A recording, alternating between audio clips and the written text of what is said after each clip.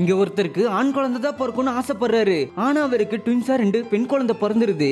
ஒரு பொண்ணு போதுன்னு நரசிக்கிட்ட இன்னொரு பொண்ணு கொடுத்து கொலை பண்ண சொல்லிடுறாரு. ஆனா இவங்களுக்கு பிஞ்சு குழந்தைய கொள்ள மனசு இல்லாம அந்த குழந்தைய அவங்களே வளர்க்க ஆரம்பிக்கிறாங்க. இவள ஸ்கூலுக்குலாம் அனுப்புனா பொண்ணோட அப்பங்கார கண்டுபிடிச்சு கொலை பண்ணிடுவா சொல்லிட்டு வீட்டுக்குள்ளே வச்சு அந்த பொண்ணை வளர்த்திட்டு இருப்பாங்க. சோ ஒரு நாள் இந்த பொண்ணு டிவி பார்த்துட்டு இருக்கும்போது அவள மாதிரியே இருக்க அவ அக்காவை டிவில பாக்குறா. இத பத்தி நர்ஸ் கிட்ட அவ யாருன்னு கெஞ்சி கேப்பா. அவங்களே எல்லாம் உண்மை சொல்லிடுறாங்க.